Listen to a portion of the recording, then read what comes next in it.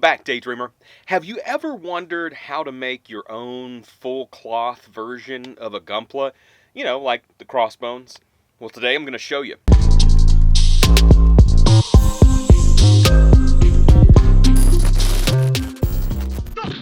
Ragtag Daydreams is sponsored by NewTypeHQ.com. So as promised, today I am going to show you how to do some cloth effects for your Gunpla. If you're a fan of the full cloth or the RG crossbones Gundams, or Gunpla even, and they have the cloak and that kind of thing, I'm not going to do a full cloak today. I'm just going to give you an example of how you can do this at home. The secret to being able to mold pla plate and get things to fit where you want them, I have found, and there may be a better way, but this is what I've found, is aluminum foil and a heat gun. If you're new here, please consider subscribing. If you get anything out of this video, please like it, and if you think someone else will get something out of this video, please share it.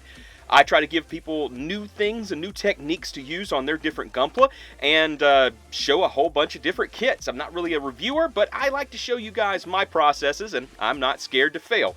So hopefully you can learn something from those as well. The failures, I mean. So one other quick announcement before we get into this. I will be taking a 2-week hiatus after this episode drops. And that's purely because, frankly, I need a little bit of a change of pace. I want to spend a little bit more time with my family. I spend about, like a minimum 8 hours. Maximum has been 20 hours a week just making videos. And that's from filming the content, shopping for deals, trying to get materials, trying to get ideas, editing, like loads and loads of stuff that goes into making these videos. So I appreciate each and every one of you that somehow still wants to look at my stuff and view my content and thinks that I'm doing something positive with this. Thank you so much. I will be back. I need to make sure that I have a little extra time before the kiddos go back to school, and understandably, I'm worried about them going back to school. We're in a part of the country where we don't get a choice to keep them home, and I'm just a stepdad, but I worry very, very much. I love them like they're mine. So I want to take this time right before they go back and just really make sure I get as much time with them as possible. And I'm sure I'll work on some kits in the meantime, but I'm just not going to hold myself to a schedule for these next 2 weeks, and then I'll be back. Okay, that's enough of all that stuff. Today, I'm going to be using my Kitbash Chaos entry. It's a hashtag Kitbash Chaos. I'm not sure if it's an event or what exactly it's supposed to be. As far as like, what do you call it?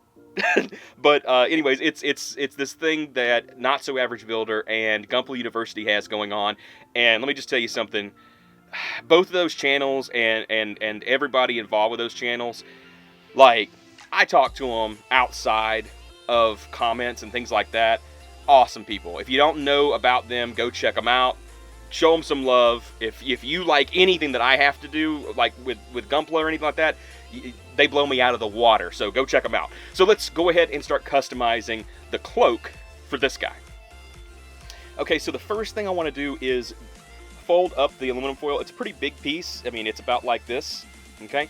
I want to do that to give the aluminum foil a little bit more rigidity. I'm using heavy duty as well, not just the regular really thin stuff.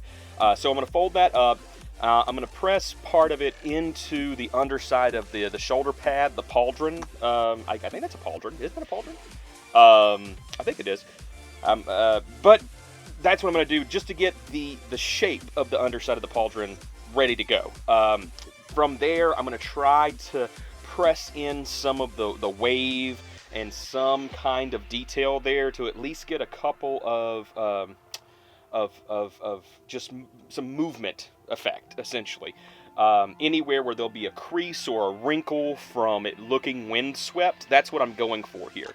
In order to add something like this and really make it look like it's alive and it's meant to be there, I want it to have a lot of fluid movement to give the look that I'm going for. I mean, otherwise, if it's just straight down, well, it's curtains. It's not really doing much. That's why usually with like the crossbones and things like that, the full cloth kind of versions, they will have multiple layers They'll all be wavy, you know, so it shows a little more depth, and they'll often have like holes and rough spots in it. You can put holes in this as well if you just drill or use the X-Acto knife to put a hole in it. You can mold that into everything as well. I didn't here because that's not the look I'm going for. I want it to be more like a banner on that side. Okay, so I lost track of the packaging that this plow plate came in, so I'm not sure on the thickness, but I think that it is around a 3/4 millimeter or something like that. I'm sorry. But just find something. This stuff is reactive. It's a thermoplastic, I guess is what you would call it. So it is reactive to heat. It just may take a little more heat in order to mold something that's thicker, like a full millimeter sheet. I'm going to use scissors and nippers just to get the shape more refined, okay? And then, of course, some tweezers can be your friend because this heat gun is very, very hot, okay? I'm going to use some tweezers to get this, you know, kind of molded into certain shapes and specific movements that I want out of it. And then, of course, you can reuse the tin foil, the aluminum foil, that you have there to act as a heat barrier so that you don't melt your kit. Please don't melt your kit with this. I would feel so bad if somebody went through all that trouble and melted the kit. Of course, super glue is always your friend whenever you're applying something like this, so that it's just quicker to work with and you don't have to wait for the Tamiya cement to dry and cure all the way.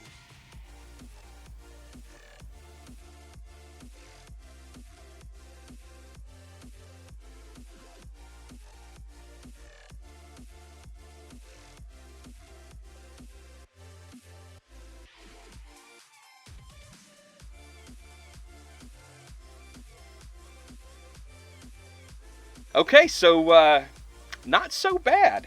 There we go. And it's really just kind of a banner cloak kind of thing. Like I said, I wanted something that was very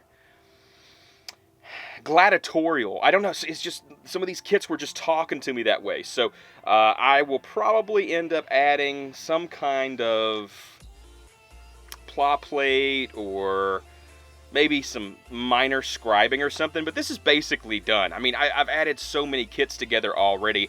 I know that just adding the arms of this one, legs of that, like that's not exactly kit bashing. Like you want to be able to add some parts of certain kits that aren't like full limbs, but I had it at my disposal, so I just took advantage of the situation I found myself in. That's it. I really think this looks cool though. I think it looks neat with having that kind of that hidden aspect, so he could hide this big gun and things like that, and then like coming at you, it gives some movement to the whole build, so it looks like it's in motion even if you have it just posed somewhere.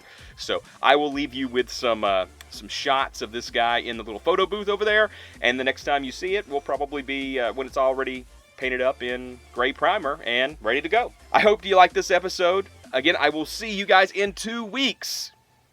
So excited to see everybody else's kit bashes in this Kit Bash Chaos build. Don't forget to like this video and subscribe if you're not. And until next time, Daydreamer, I'm Justin, your Ragtag Daydreamer. I'll see you soon.